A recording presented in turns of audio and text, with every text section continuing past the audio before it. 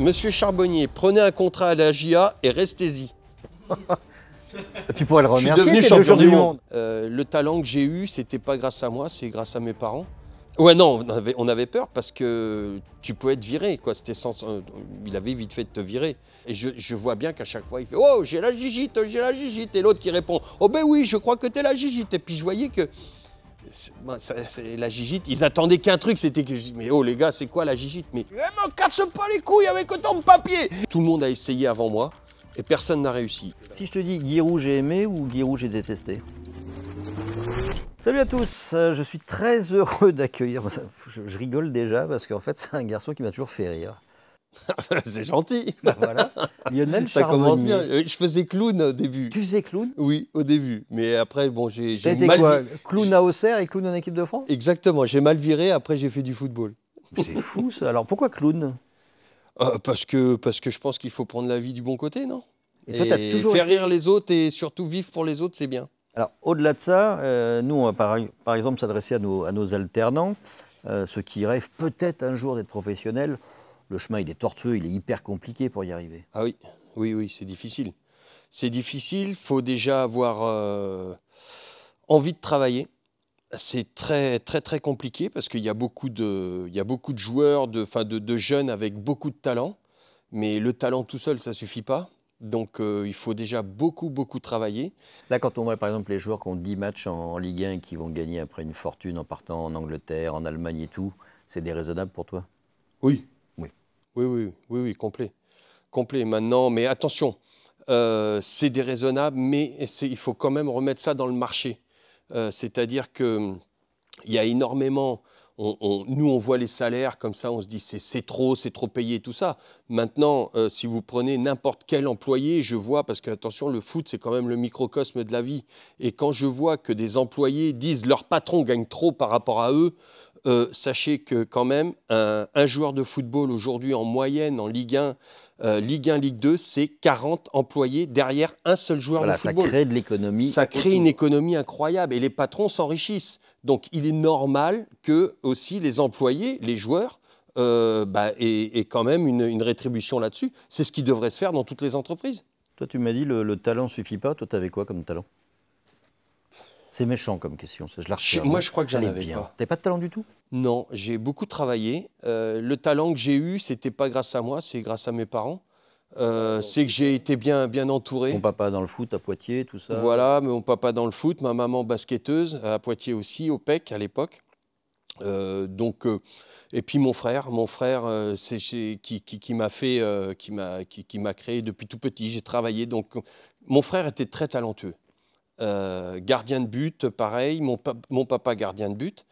Donc on t'a obligé d'être gardien de but ou c'est vraiment ce que tu étais Non, c'est ce que j'ai voulu. Je voulais montrer que j'étais meilleur qu'eux. C'est vrai? Ah oui, je crois que mon talent, je crois que j'étais un petit peu... La fratrie, la famille, ça aide finalement à se dépasser? Oui. En fin de compte, mon frère a su appuyer sur les bons boutons et je crois que le talent que j'ai eu, c'était l'orgueil. L'orgueil bien placé, pas plus. Après, c'est le travail. Et mon frère, qui était très talentueux, lui ne travaillait pas. Lui n'est pas passé, mais par contre, il aimait me faire souffrir pour que moi, je réussisse à sa place. Tu as plutôt bien réussi. Oui, si c'était à refaire, je ne change rien. On parle d'Auxerre un peu, parce que là, tu as rencontré une... Alors, aujourd'hui, tu es un peu aux grandes gueules de temps en temps, hein, sur des médias comme RMC, des choses comme ça. Ouais. Ce côté grande gueule, toi, tu l'as connu avec un formateur hors pair pour ça. Ouais, j'ai eu Giroud. Monsieur Giroud. Alors, le vrai formateur, c'est Daniel Rolland. On n'en parle pas assez, mais c'est celui qui a sorti tous les jeunes de la GIA, de l'équipe de France. Pour lui. Et lui récupère. Daniel Rolland, c'est celui qui a créé le centre de formation, les Cantona, les Cissé, les Charbonnier, Ferreri, tout ça. Alors, Ferreri, un petit peu moins. Parce que Ferreri, lui, est allé habiter chez Giroud et tout ça. C'était carrément son fils. Nous, on l'appelait le fils Ferreri, c'était le fils à Giroud. Ça taillait. Oui, dans le vestiaire, être le fils du coach, c'était pas bon. Mais par contre, Daniel Rolland, lui, m'a formaté. Et Giroud, après, récupère tous les jeunes. Maintenant, Daniel Rolland travaille par rapport à ce que lui demande Giroud. Et lui, formate par rapport à un plan de carrière et tout ça. Il formate le joueur. Et quand le joueur est suffisamment formaté et qu'il a bien travaillé, qu'il rentre dans l'ADN du club, il a sa chance. S'il y a un joueur qui dévie, il sort. Quand tu es à Auxerre, c'est un petit côté, alors même si c'est pas en Bretagne ou dans l'Ouest, village d'irréductibles gaulois. Auxerre, c'est une toute petite ville. Ouais. Et vous commencez à vous amuser en Coupe d'Europe, vous vous amusez en championnat, vous êtes champion, vous gagnez la Coupe de France. C'était quoi le secret de la potion magique? Déjà, c'était un club très famille, très famille, où les stars n'avaient pas de place. Celui qui voulait venir faire sa star, il était vite recadré parce que on sortait tous du centre de formation, on parlait tous le même langage, on mangeait tous à la même table. Et celui, il y en a eu un qui est arrivé à un moment donné parce que Giroud avait l'habitude de prendre plein de joueurs du centre de formation, une dizaine, et il ajoutait un gars qui était une star, Enzo Schifo. Il y a eu Zarmak. C'est une sorte de chef cuistot en fait, Giroud. Exactement, c'est Gargamel. Et puis, et donc, il fait sa sauce, comme ça, il fait sa tambouille. Mais il y a Enzo, par exemple, qui est arrivé dès le départ, qui a voulu nous reprendre. Belge, Ah ouais, joueur de grande classe. Qui a joué, qui a fait Coupe du Monde à 17-18 ans. Hein. Donc, il était à l'Inter de Milan, mais seulement, voilà, tout est allé très vite pour lui. Et puis, il retombe dans un petit club. Pour se relancer, on fait la Coupe d'Europe. Et Enzo nous prend de haut, il arrive avec la voiture Mercedes, les vitres teintées, les machins. Nous, on avait des toutes petites voitures avec, tu sais, à l'époque, il ne fallait pas montrer, c'était surtout interdit de montrer un signe extérieur de richesse. Ça, c'était une demande de Giroud, du coach. Donc, il fallait rester humble et tout ça. Et lui arrive avec cette voiture-là. Lui, il surveillait comme les compteurs des voitures, savoir si il fait la fête à Paris. Exactement. Alors, nous, au départ, on avait les voitures, tu sais, avec les rouleaux. Alors, il y en a beaucoup qui vont rigoler parce qu'ils n'ont pas connu les compteurs. D'accord. Non, c'est vrai. C'est vrai, donc les voitures à rouleau. Il y avait les cônes sur l'autoroute pour les terrains. Il y avait les gens, il y avait tout ça au péage qui leur enseignait. Tiens, j'ai vu tel joueur à 4 h du matin, il est rentré, tout ça, donc il le savait. Et les voitures avec les rouleaux, ça lui permettait de regarder à travers la fenêtre et de prendre le nombre de kilomètres. Par exemple, quand on arrivait à l'aérodrome, avant de partir au match, il savait qu'il y avait 10 000 kilomètres.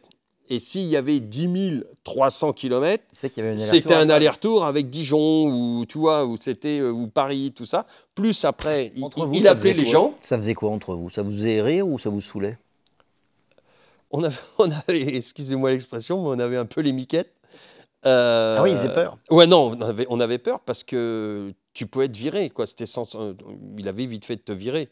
Donc, tu es là quand même pour réussir. Donc, on avait peur. Après, on a eu beaucoup de détracteurs autour de nous.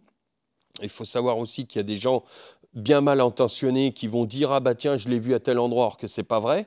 Et donc, à partir de là, on s'est fâché, on s'est dit, on a mis une règle, on l'a pris, le coach, on lui a dit « Coach, écoutez, malgré les compteurs, parce que les compteurs, ça pouvait être notre femme, hein, qui était, on ne sait jamais, on prête la voiture aussi, ou un copain.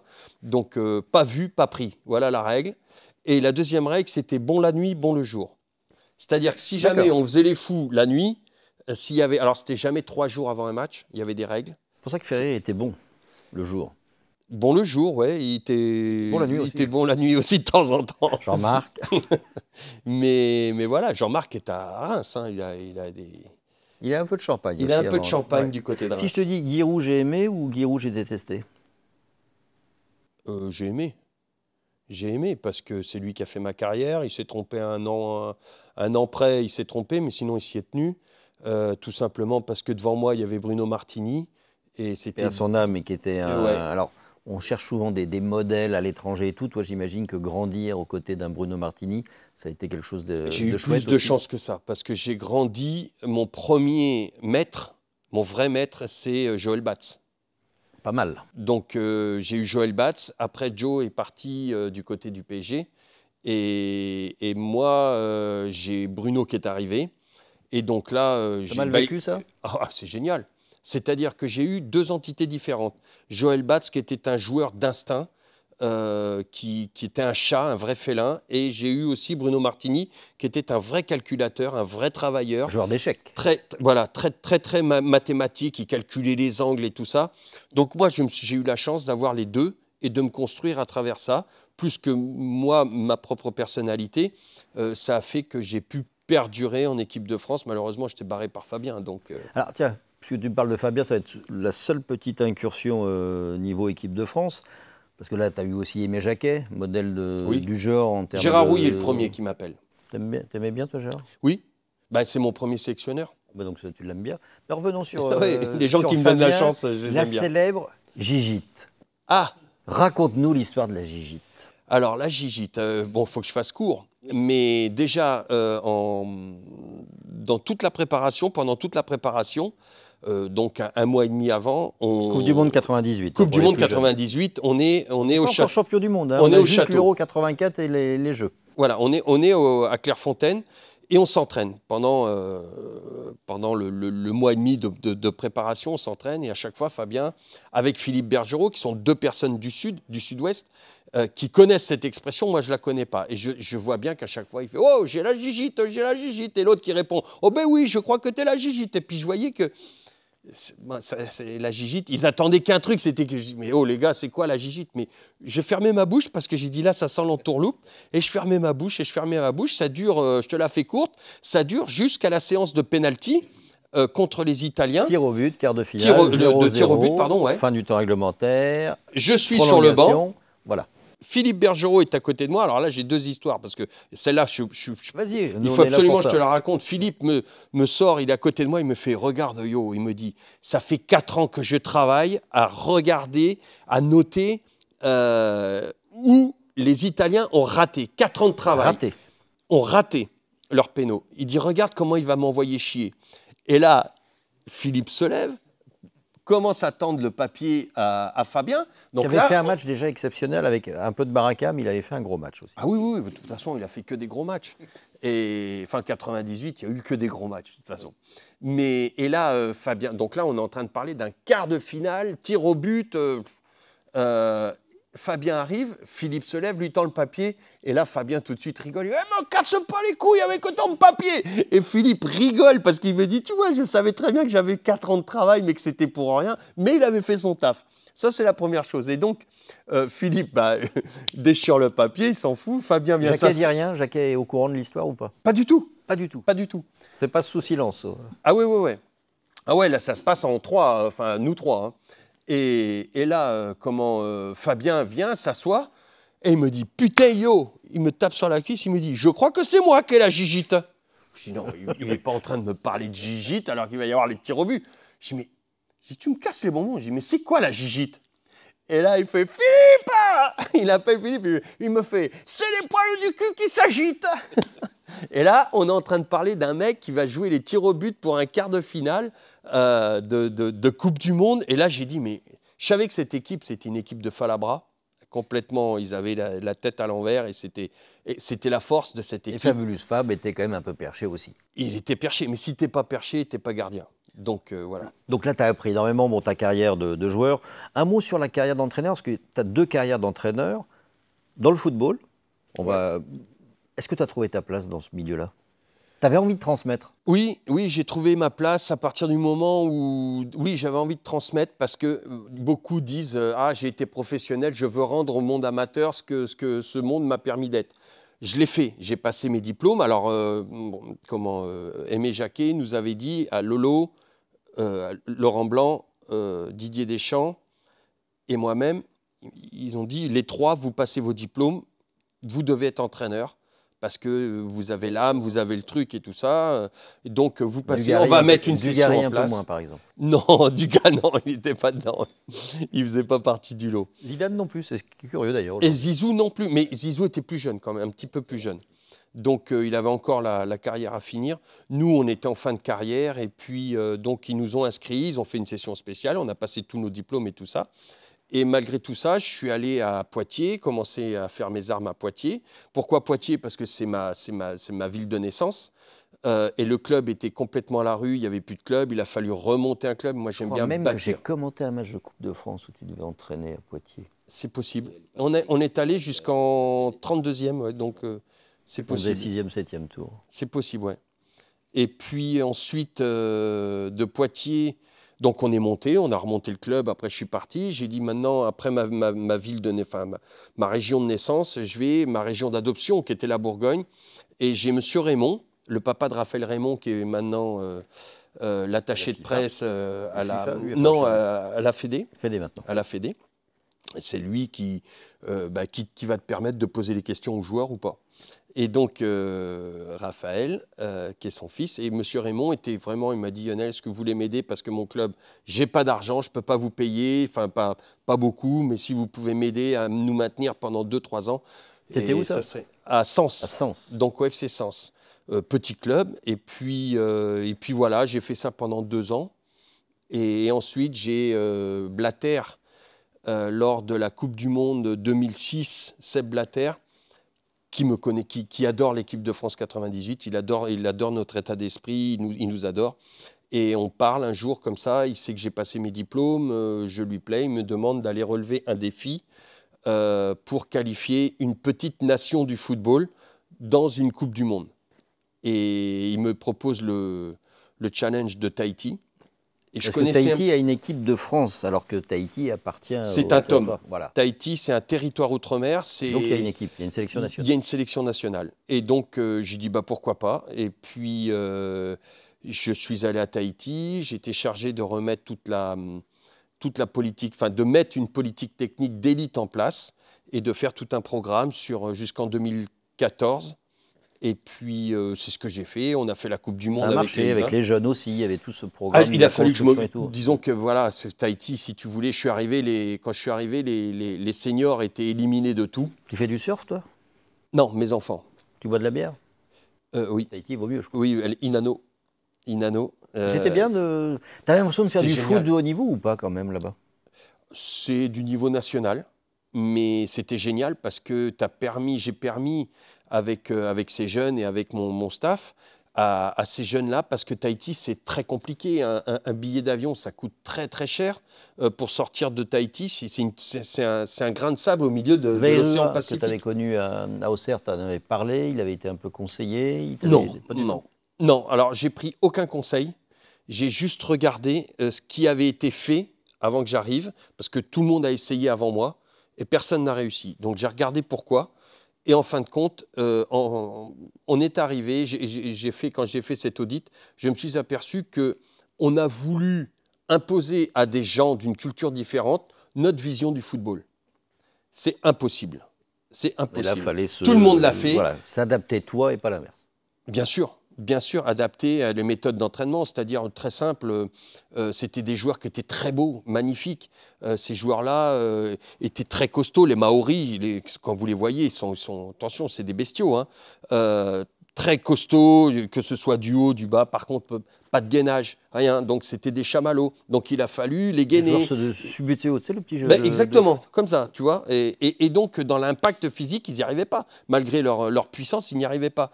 Et je me suis aperçu qu'il fallait les gainer. Donc, pour la faire simple, le gainage, tu les mets dans une salle et je vois que dans la salle, ils explosent. Ils ne peuvent pas, il fait 50 degrés, tu ne peux pas, ils en ont marre. Je les ai foutus dans l'eau. C'est des poissons. Les mecs, ils naissent avec des écailles là-bas à Tahiti.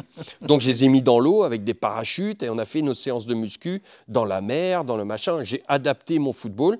Et après, ce sont des joueurs, ce sont des Brésiliens dans l'âme et tout ça, tout sous forme jouée. Il a fallu que je me réinvente un football par rapport à eux. Et c'est comme ça qu'on a gagné le championnat des nations.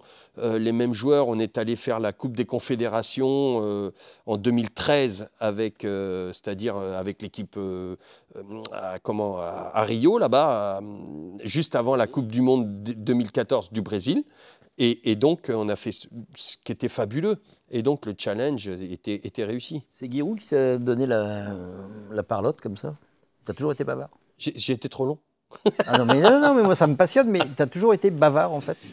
Je crois que sur mon bulletin à l'école, c'était écrit ça. Ah déjà, trop de bavardage. Une marque de fabrique. Je crois que j'avais ça. Et j'ai eu un autre truc. Hein. Au moment de mon bac, j'ai un professeur bien avisé, con comme un balai, qui a marqué Monsieur Charbonnier, prenez un contrat à la JA et restez-y. Tu pourrais le remercier, t'es champion du monde. Champion du monde. Allez, voilà. on va laisser le... T'as toujours un prof comme ça qui te... T'as quitté le foot, t'as eu 2-3 destinations exotiques aussi. L'Indonésie, la Belgique, l'Indonésie, voilà. On va laisser le foot de côté, parce qu'à un moment, t'en as eu marre de murmurer à l'oreille des joueurs. Tu t'es mis à murmurer à l'oreille des chevaux. Là, il faut que tu nous expliques cette transition. Non. Il n'y a pas de transition. Il n'y a pas de transition. C'est-à-dire que lorsque je jouais, j'étais déjà éleveur et entraîneur de chevaux de course. Pas à plein temps, du coup. À plein temps. À plein temps, j'avais une entreprise. Mais tu t'organisais comment? Bah, je commençais tôt le matin. Giroud était très content. Au début, il ne l'avait pas très bien pris. Mais je commençais tôt le matin et j'arrivais à 9h30, des fois 9h35. Il prenait la parole à 45.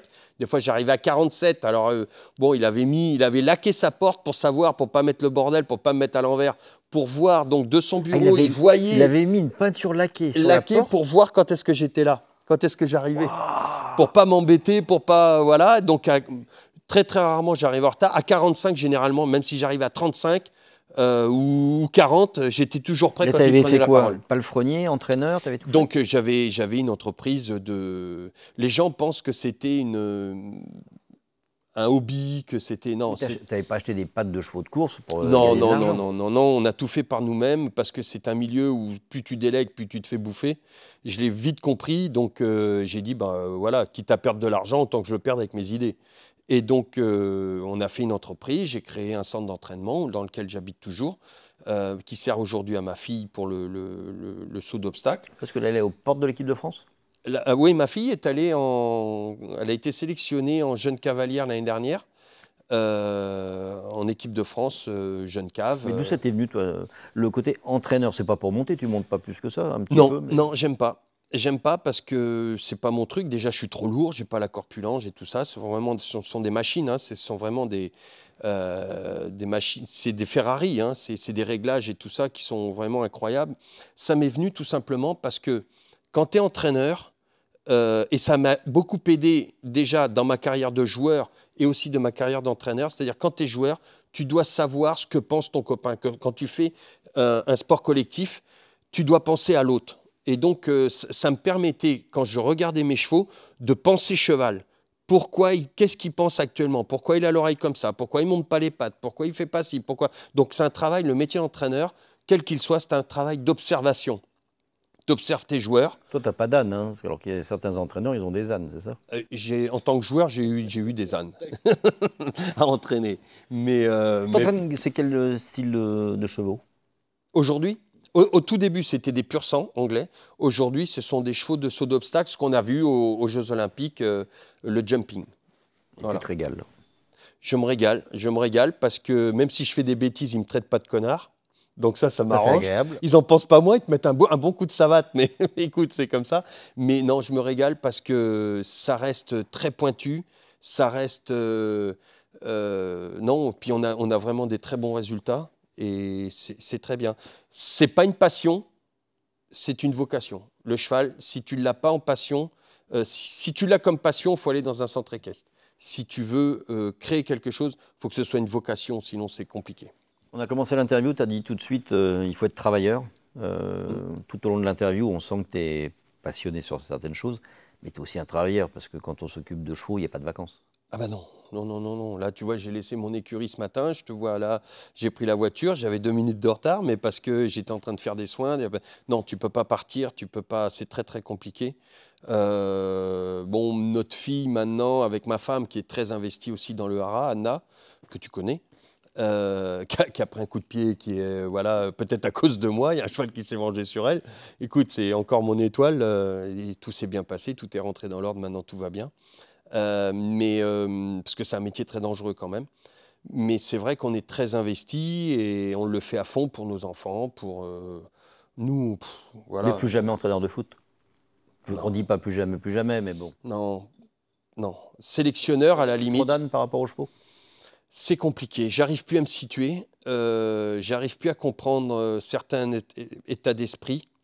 Et plutôt que de me mettre à l'envers, d'avoir un mec à gérer. C'est pour ça que je te dirais à la limite sélectionneur. Pourquoi sélectionneur par rapport à entraîneur? Parce que déjà, ce sont 2 métiers différents. Le métier d'entraîneur et le métier de sélectionneur, ça n'a rien à voir. Et le sélectionneur, en fin de compte, s'il y a un joueur qui l'emmerde, le coup d'après, il ne le reprend pas. Quand tu es entraîneur, si tu as un joueur qui t'emmerde et qui a 4 ans de contrat, et qui a envie, qui va aller voir les autres joueurs qui ont aussi 4 ans de contrat ou 5 ans de contrat et tout ça, ils ont vite fait de te retourner ton vestiaire et de te faire passer pour un jambon, alors que les jambons, c'est eux. Donc, sélectionneur, il t'emmerde, tu le dégages. Dans les activités de notre groupe, on a une branche cybersécurité, hijack. Ça te parle, toi, la cybersécurité, oui ou non? Tu es sur les ordi un peu ouais, pour tes Mon programmes fils, ça parle plus à mon fils qui est dans l'intelligence artificielle. Ah, alors attention, ça va peut-être nous intéresser. Toi, est-ce que tu avais l'impression, c'est très drôle comme question, tu vas, voir, tu vas te régaler, d'être l'antivirus de ton équipe quand tu jouais au Oh foot? putain, attends, j'étais footballeur là. Là, tu me creuses les méninges. Ouais, Là, mais tu as bossé avec Giroud, avec Gérard Houllier, qui était L'antivirus, surnommé le professeur quand même, Aimé Jacquet, Roger Lemaire. Le maire, ça a été un peu moins bien. j'aime pas, ouais, j'aimais pas l'homme. C'est peut-être le côté militaire Exactement. qui te dérangeait. Donc, est-ce que tu étais l'antivirus de ton équipe? Je pense que j'ai été un antivirus, mais parce que on m'a fait devenir ça, c'est-à-dire que ça faisait partie. Tu sais, nous, on a le virus quand tu es jeune et tout ça aussi. Le premier truc qui me vient comme ça dans la tête, c'est t'as gagné, tu vas faire la fête. Tout de suite, tu peux être très malade. Si tu fais tout le temps la fête, tu peux être très malade. Si tu gagnes beaucoup, tu fais trop la fête. Et si tu gagnes beaucoup, tu fais trop la fête. Et si tu fais trop la fête, tu commences à moins gagner. Et quand tu gagnes moins, tu prends moins de plaisir, tu donnes moins de plaisir. Et ton équipe, voilà, la roue elle commence à tourner à l'envers. Donc l'antivirus, oui, souvent parce que j'ai eu des joueurs qui faisaient la fête le jour du match. On allait à l'hôtel, par exemple. J'étais un leader de vestiaire. Il n'y avait pas de souci. Pour moi, il n'y a pas de souci. Si le joueur fait la fête et qu'il est bon le samedi, il n'y a pas de souci. À partir du moment où il commence à plus faire le job, là, j'ai un souci. Si c'est un joueur qui a fait la fête et qui ne fait plus le job, là, va faire du tennis. Partenaire ou entraîneur, tu as passé des soufflantes à tes équipiers ou à tes joueurs? Oui. Même avec le coach, on a eu des prises de bec. J'ai même cassé sa porte une fois. La porte laquée? La porte laquée, j'ai cassé, j'ai mis un coup de poing. Parce que tout simplement, je ne supporte pas l'injustice. Et que Bruno Martini, qui revenait d'une grave blessure, alors que moi, ça m'avait permis de gagner déjà la première Coupe de France, le premier titre, le premier gros titre pour Auxerre. Quoi, 94, ça, quelque chose comme ça? C'était en 95. En 95. Enfin, en 94, on gagne la première coupe. Voilà. Et en 95, Bruno revient de sa grave blessure. Moi, j'intègre l'équipe de France et Gérard Houllier m'appelle. Donc, j'intègre l'équipe de France. Je deviens doublure de Bernard Lama, numéro 1 à Auxerre. J'intègre l'équipe de France. Bruno Martini revient. Et là, je ne joue plus. Et le coach ne me dit rien.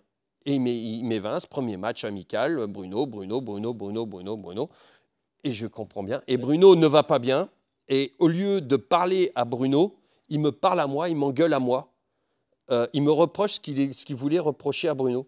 Et pour que Bruno l'entende, parce Bruno était là, c'était dans Là, il y avait un bug dans le programme, là, du coup. Ah là, j'ai les fils qui se sont croisés. Parce qu'il m'avait dit, ma porte sera toujours ouverte, t'inquiète pas, tout ça. Et là, je pète un câble et j'arrête le foot. Et donc, je vais voir, il me dit, non, calme-toi, tout ça. Je dis, non, je dis, stop. J'ai mes chevaux. Parlez-lui à lui, moi, j'arrête le foot. J'ai horreur, je dis, c'est une injustice. J'ai dit, c'est pas moi qui fais les conneries, c'est Bruno. Donc, parlez à Bruno. Il me dit, c'est bon, machin. Parce que là, je la fais calme, mais c'était très chaud pendant l'entraînement. Il arrête l'entraînement. Je rentre, je vois la porte ouverte. Lui, il le sait, il va plus vite en rentrant dans son bureau que moi en rentrant dans le vestiaire. Et il sait pertinemment que j'ai dit, puis là, on va se parler maintenant. Parce qu'il m'avait dit, si tu as un souci un jour, ma porte sera ouverte. Et là, qu'est-ce qu'il fait? Il ferme la porte. Et là, toi, tu l'ouvres. Ah bah, je pète un câble. Mais c'était une porte avec des trucs en carton. Bois, là. Oui, elle était en carton, ouais, légère, c'était un truc et j'ai tapé. Et mon poing est passé à travers la porte. Et puis, j'ai arrêté le foot pendant une semaine. Il m'a cherché. J'ai arrêté le foot. Il appelait. Le portable, il n'y avait pas de portable. Ah bah non, il passe pas dans ton coin paumé. Non, il n'y avait pas de portable. Et puis, voilà. Donc, ça, j'ai horreur. Je suis un anti... Ah, toi, t'es un antivirus agressif. Ben, l'injustice peut me faire péter un câble. Ça, il y a deux trucs. J'ai pas peur dans la vie, j'ai peur de rien. Sauf de l'injustice et des cons. Les cons me font très peur aussi. Mais sinon, ça va. Bon, reste amis, nous. Mais toi, on n'a jamais eu de soucis. Non. Puis la fois où je t'ai récupéré en revenant de Tahiti, tu t'es fait voler tes montres alors qu'on avait commenté un match de Coupe de France. Tu me dois à peu près 100 000 balles, toi. C'est vrai que c'était des montres qu'on m'avait données en plus. Mais il y en avait, il y avait du Cartier, il y avait tous les cadeaux qu'on m'avait fait. Il me ramène. Il me dit, tiens, on va manger à Bouzigues. À Bouzigues, ouais, exact. À Bouzigues, au bord de l'étang de Thau. Voilà, on met la voiture là, il y a 2 valises. une qui a un peu plus de valeur que l'autre et tout ça. On dit celle qui a la valeur, on va la laisser dans le coffre, qu'on la voit pas. Et c'est con, ils ont vu que c'était une voiture de location. Ils ont défoncé, ils ont jamais pu sortir la grosse valise qui était sur la banquette arrière. Ils ont pris celle-là où qui avait de la valeur et dedans il y avait honnêtement. Et pour tout vous dire, j'ai assisté au coup de téléphone montres, de Lionel avec Anna en annonçant la bonne nouvelle. Je me souviens pas de ça. Moi je me souviens. Merci mon Lionel. De rien, poulet.